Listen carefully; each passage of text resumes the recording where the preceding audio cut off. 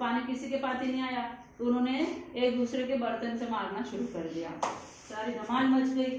अब देखो इस दंगा मुश्ती में कुछ बच्चे कीचड़ से लथपथ हो गए, जिन्हें नहला कर कपड़े बदलवाए। इनके नौकरों की वर्तमान संख्या काफी नहीं थी, बेचारे वो जो बच्चे कीचड़ से भर गए थे, तो नौकरों को कहा कि इनके कपड़े बदलो।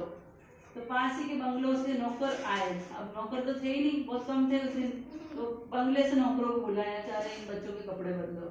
4 आना प्रति बच्चे के हिसाब से नहलवाया, नहलाना भी तो था उनको, तो उनको बढ़िया से मिलवाया, तो उसके भी पैसे देने पड़े पास के नौकरों को, पड़ोस के नौकरों को।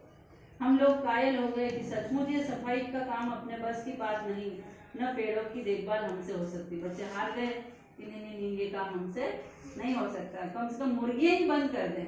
उन्होंने सोचा चलो ये काम तो हमसे नहीं हुए, अब हम एक काम करते हैं, मुर्गियां जो पूरे घर में घूम रही है उनको उनके दड़बे में बंद कर देते हैं।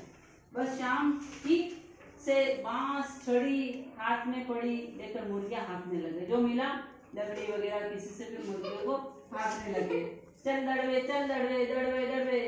पर साहब मुर्गियों को भी किसी ने हमारे विरुद्ध भड़का रखा था। उठ पटांग इधर उधर कूदने लगी, मुर्गी को भगा तो मुर्गी देखा तो उड़ उड़ के इधर उधर आने लग गई। फिर 2 मुर्गियां खीर के प्याले में, जिस पर आया कि चांदी के वर्ग लगा रखी थी, दौड़ती फड़फड़ाती हुई निकल गई। 2 मुर्गियां तो कहाँ चली गई, जहाँ पे वो हाँ जब खीर पड़ी थी ना, वहाँ खीर के वहाँ पास में चली गई, उस बगुने के पास में। तूफान गुजरने के बाद पता चला कि प्याले खाली हैं, सारी खीर दीदी के कामदानी के दुपट्टे और ताजे दूल्हे सिर पर लगी हुई, मतलब कि जो दुपट्टा बड़ा होता है ना वो भी खीर में डूब गया। और एक बड़ा सा मुर्गा अम्मा के खुले पानदान में कूद पड़ा, पान खा खा के थी ना उसकी अम्मा, उसमें एक मुर्गा जाके बैठ गया और कत्थे चूने से लुथड़े हुए पंजे लेकर वह नानी अम्मा के सफेद दूध जैसी चादर पर छापे मारते हुए निकल गया। जो उस पीक थाने में कूदा था मुर्गा, वो वापस बाहर निकला ना, तो उसके पाँव लाल लाल लाल लाल उस पान की पीक से थे, जो उसी दादी के क्या हुआ सूट के ऊपर चादर के ऊपर होता हुआ निकल गया। जो अब देखो दादी को गुस्सा आ गया।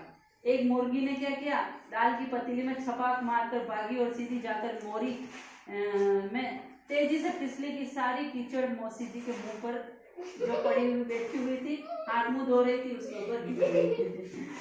इधर सारी मुर्गियां बेनकल का ऊंट बनी चारों तरफ दौड़ रही थी, मतलब सब दम कुछ कर दी उन मुर्गियों ने भी। एक भी दड़बे में जाने को राजी न थी, मतलब कोई भी नहीं घुसना चाह रही थी। इधर किसी को सूझी कि भेड़े आई हुई है, उनके भेड़े भी पाल रखी थी घर में, चलो लगे हाथ उनको दाना खिलाते हैं। मुर्गियों का काम भी नहीं हुआ उनसे सही ढंग से, दिन भर की भूखी भेड़े दाने का सूप लेकर जो सबके पास झपटी, जैसे उन्होंने दाना खिलाया तो सब भेड़े एक साथ झपटी कि तो भाग कर जाने कठिन हो गया। लष्टम पष्टम तख्तों पर चढ़ गई, ऊपर तख्तों पर चढ़ गई, पर भेड़ चाल मशहूर है, उनकी नजर तो बस दाने के सूप पर जमी हुई थी। पलंगों को फलांगती, बर्तन लुढ़काती 7 साल चल गई। एक भेड़ चढ़ती ना तो सारी भेड़ें चढ़ जाती फिर वहां पे। तो तख्त पर बानी दीदी का दुपट्टा फैला हुआ था, उनकी एक बड़ी बहन थी, उनका दुपट्टा फैला रखा था ऐसा, तो जिस पर गोखरी चंपा सलमा सितारे रखकर बड़ी दीदी मोगलानी बुआ को कुछ बता रही थी। उसको खूब सारे तारे सितारे रख रखे थे, कुछ काम कर रही होगी, बड़े लगाने के सितारे उसको सजा रखे थे कि मैं काम कर रही हूँ। भेड़े बहुत निसंकोच सबको रोंदती हुई मेंगनों का छिड़काव करती हुई दौड़ गई, यानी वो उस दुपट्टे के ऊपर पांव रखती हुई मिन्नियां करती हुई चली गई। जब